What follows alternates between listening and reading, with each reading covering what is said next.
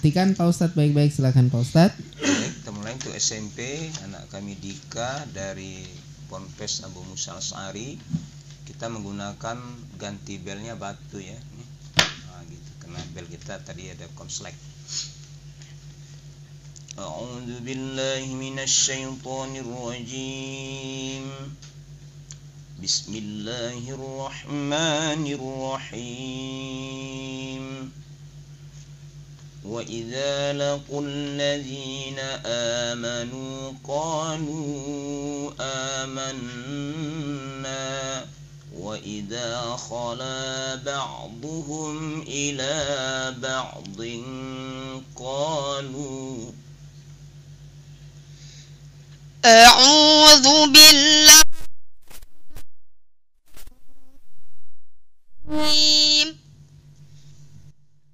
Bismillahirrahmanirrahim.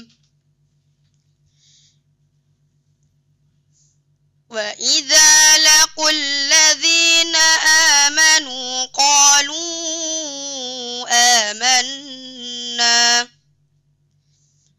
wa idza khala ba'dhum ila ba'dhin qalu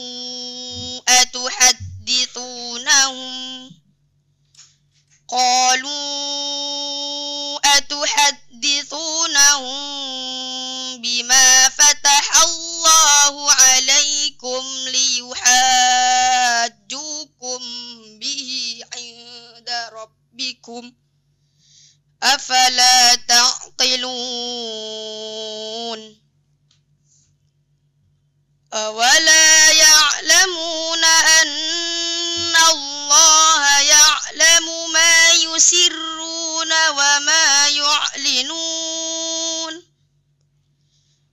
Wa minhum ummiyuna la ya'lamuna al-kitaba illa amaniya wa inhum illa yadhunnun.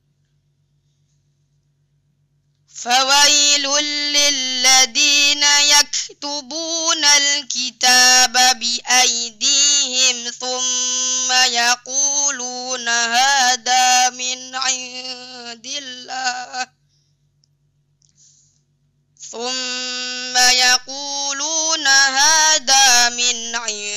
indillah liyashtaru bihi thamanan qalila. Fawailul lahum mimma katabat aydihim wa wailul lahum mimma yaksibun. Oke, alhamdulillah. Soal kedua.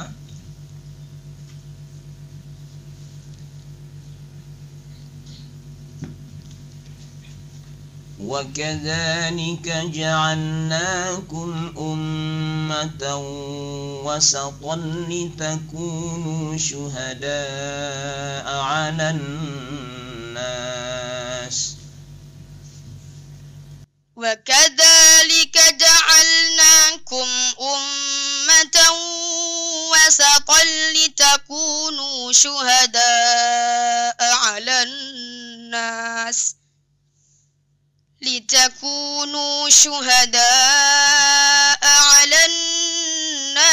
ويكون الرسول عليكم شهيدا. وما جعلنا القبلة التي كنت عليها إلا لنعلم من يتبع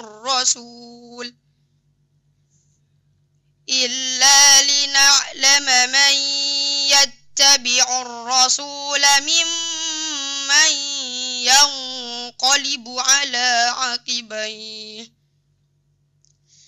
وإن كانت لكبيرة إلا على الذين هدى الله وما كان الله ليضيع إيمانكم إن الله بالناس لرؤوف رحيم. قد نرى تقلب وجهك في السماء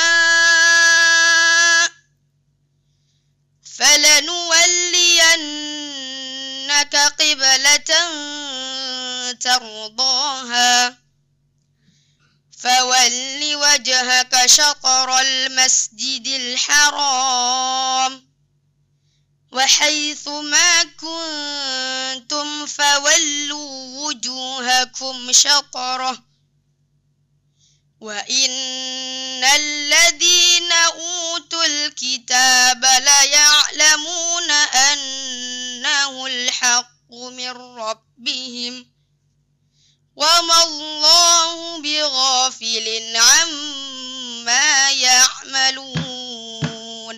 Soal ketiga. والوالدات يرضعن أولادهن حولين كاملين.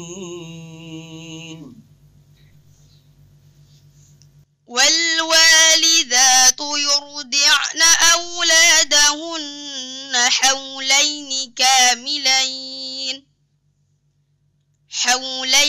كاملين لمن أراد أن يتم الرضاعة وعلى المولود له رزقهن وكسوتهن بالمعروف لا تكلف نفس إلا وسعها لا تضار والدة بولدها ولا مولود له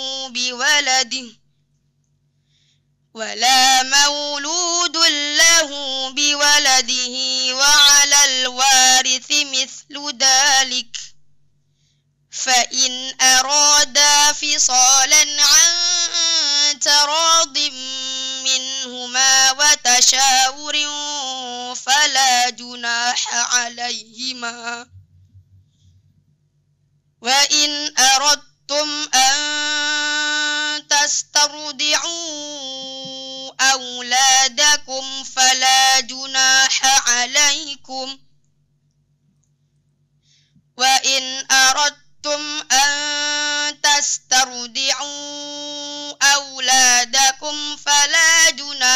عليكم إذا سلمتم ما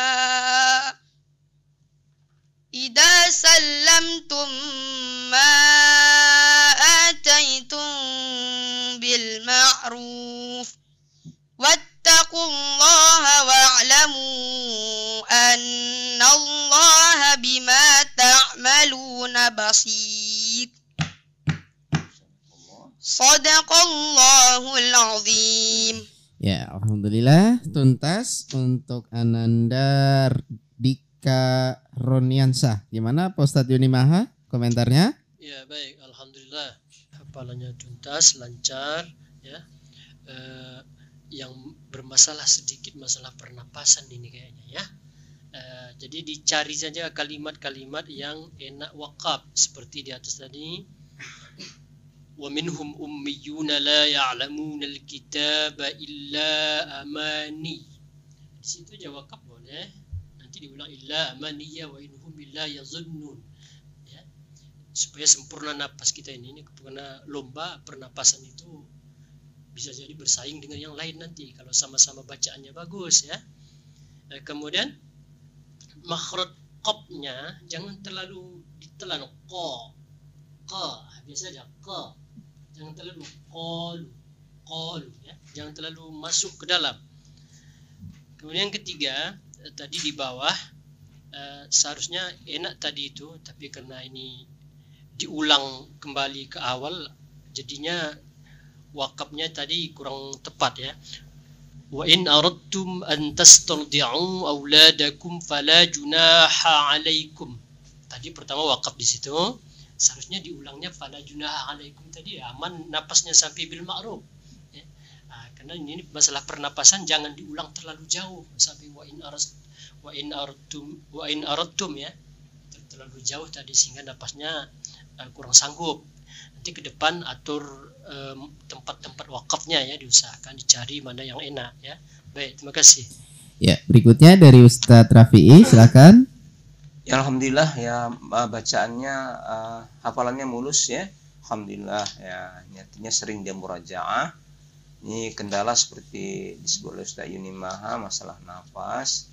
Ya, di soal pertama sampai 3 kali tadi terdesak ya. Dipaksakan terus.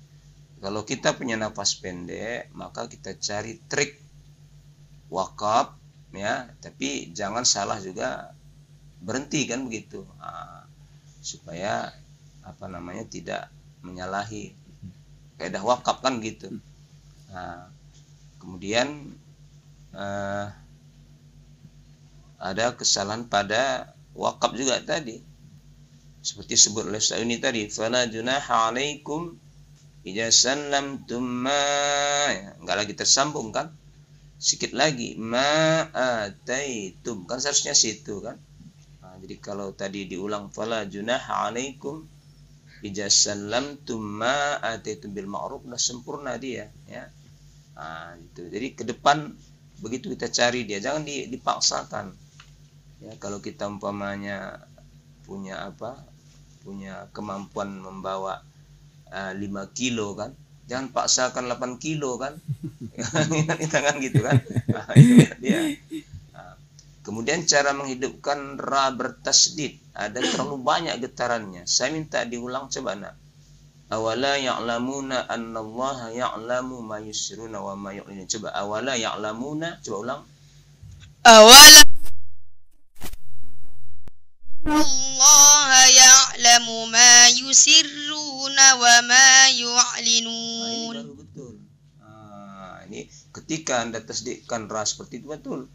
Sekitar 2-3 getaran saja ranya. Ya. Annallaha ya'lamu ma yusirru sirru. Tadi kebanyakan ma yusirru itu tidak boleh terjadi. 2-3 getaran saja dia gitu ya. Kebanyakan tidak boleh. Baik ya, makasih. Oke, terima kasih untuk Ananda Dika Roniansah.